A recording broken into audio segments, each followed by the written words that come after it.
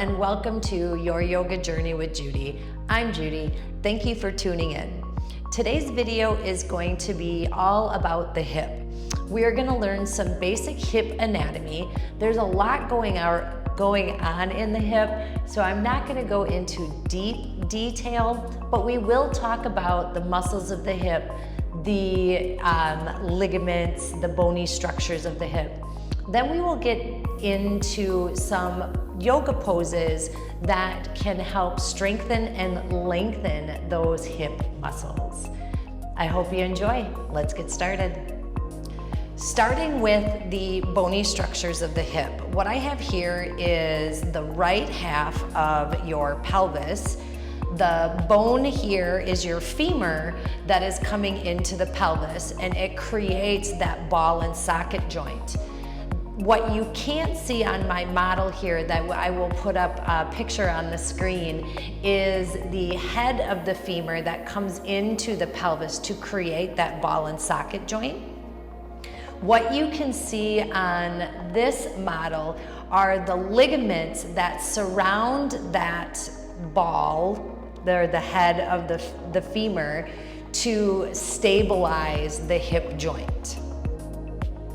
I have this diagram up for you to show you the different parts of the pelvis. As we are talking about the muscles, we'll talk about their origin and their insertion points, and you can refer back to this diagram for any clarification.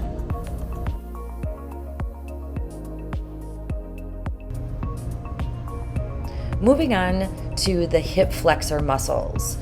There are two major hip flexors. One is the rectus femoris.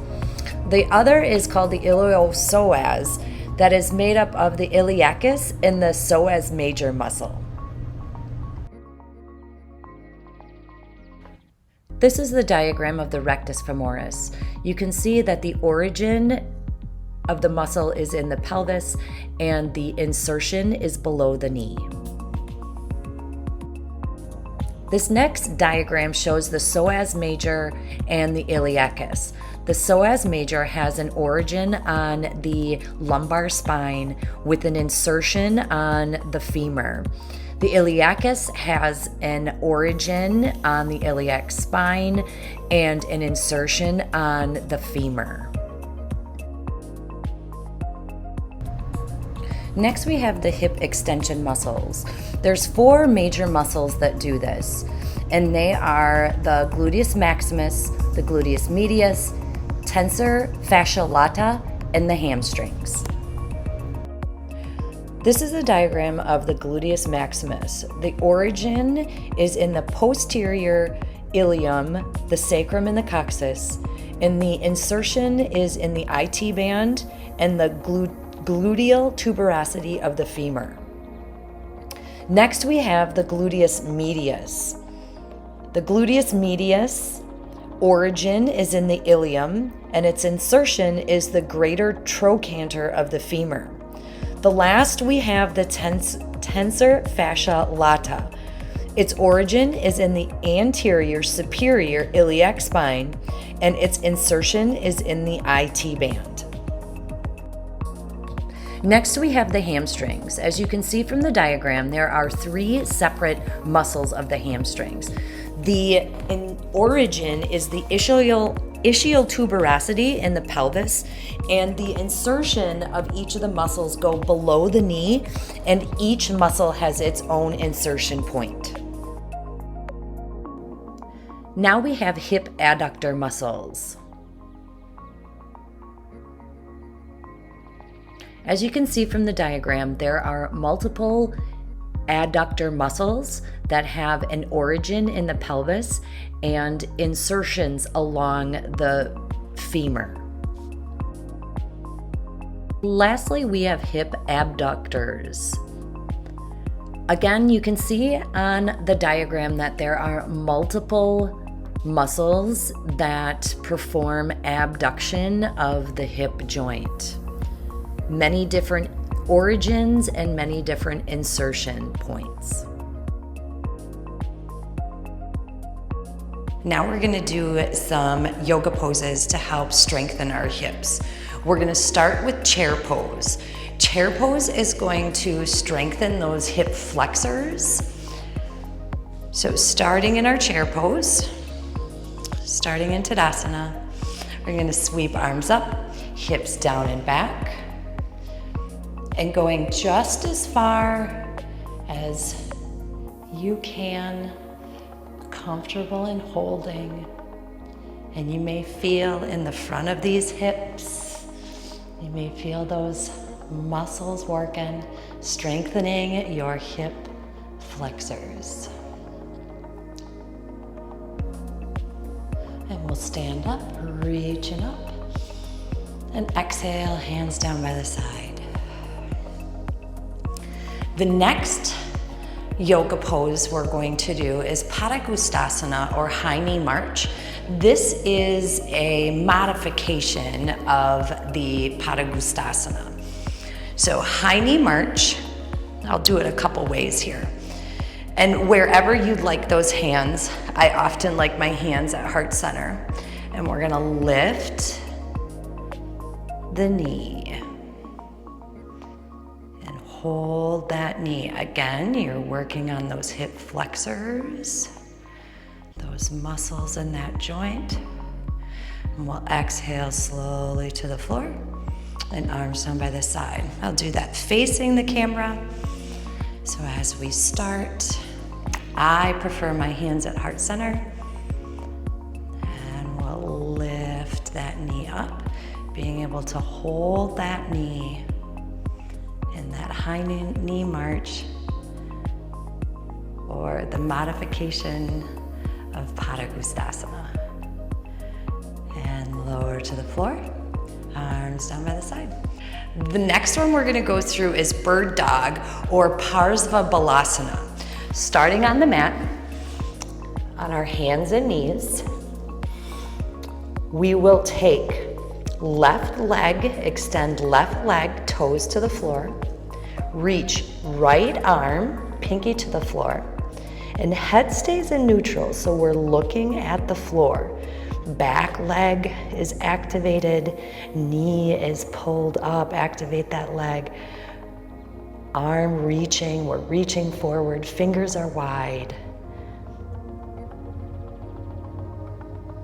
We'll set that side down, we'll go to the other side. Extend the right leg, toes to the floor. Reach that left arm. Arm is active, pinky to the floor, fingers spread wide, reaching forward. Back leg, toe to the floor, pushing that heel to the wall. And we'll set that side down. All right, the next one we're gonna do is a three-legged dog, or the Ekapada Adho Mukha Svanasana. So here is our three-legged dog. It's getting into our Adho Mukha Svanasana.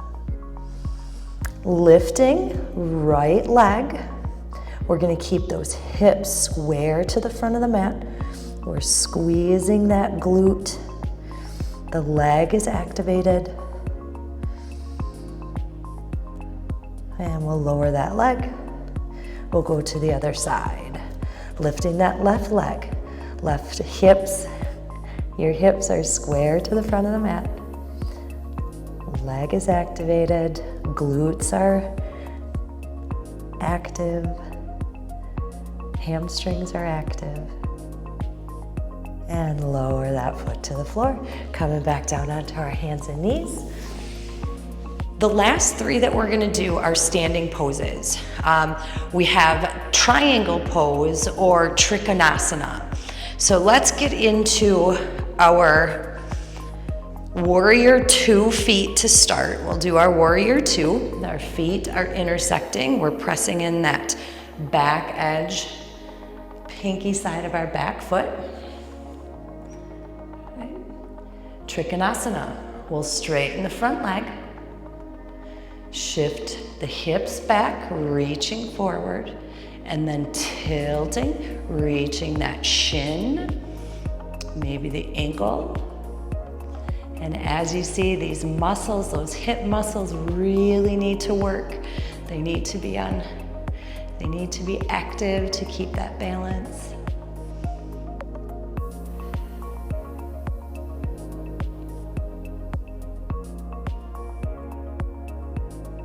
And coming up into warrior two. And stepping to the front of the mat. All right, next one we're gonna do to increase that hip strength is warrior three. I have just chosen to have a block here for my warrior three. I am going to get into my warrior one, so my back foot, 45 degrees, nice knee bend, and that front knee.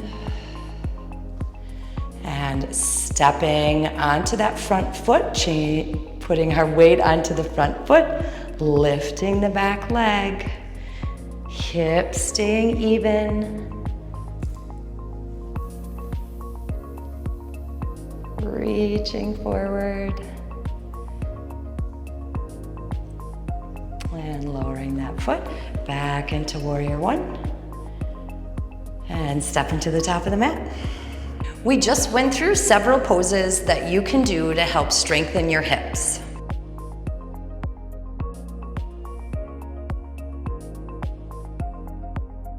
Now we're gonna go over some stretches for your hips. Starting with low lunge or Anjaneyasana, bringing a foot forward, reaching those arms up. We're gonna drop those hips down and forward, feeling that stretch through the front of that hip.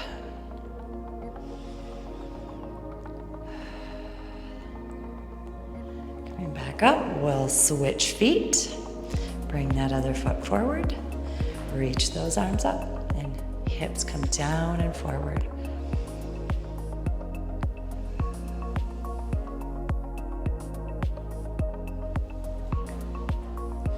Anjaneyasana. Next one we're going to do is lizard or Uttan Kristasana. Similar to our low lunge, we're gonna bring a foot forward, but we're gonna have both hands to the inside of that foot. So here, this is where I'm comfortable. I'm lengthening the front of that hip.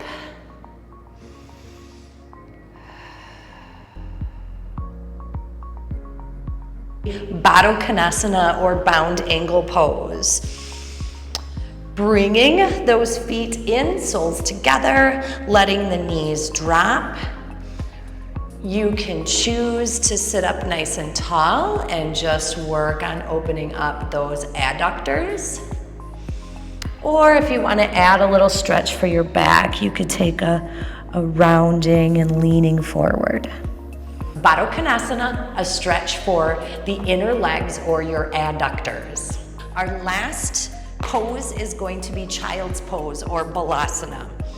So if we go to our hands and knees, we are going to take knees a little wider than the hips. It's up to you. Sink those hips back, and arms can be extended toward the top of the mat or down by your side. If you would rather have those knees close together as you take your child's pose, you certainly can. And coming back up to seated. Thank you so much. I hope you enjoyed those handful of stretches that you can do to stretch your hips.